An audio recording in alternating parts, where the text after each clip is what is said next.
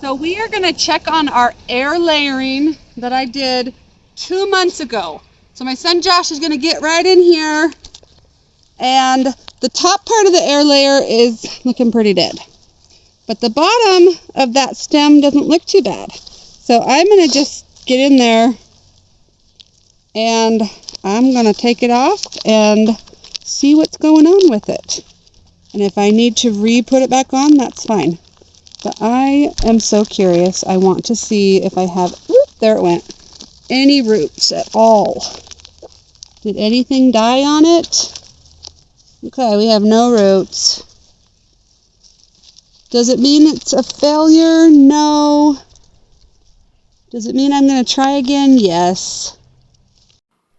So this rose is called Queen of the Night, and it's an old Cortez rose. It's out of patent now, but I wanted to talk to you about what I could do better in the future for air layering. I am going to get a strong Clonex, and I'm also going to buy the root pods, and I think that will help my success. I think that it dried out because I live in Utah in a desert, and I think I need to get more moisture. So it needs to be tighter along the stem.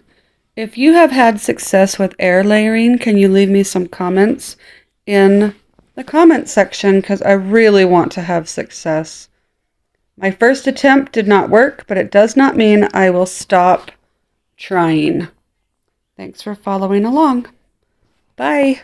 If you enjoyed this, please like and subscribe and just have fun with it.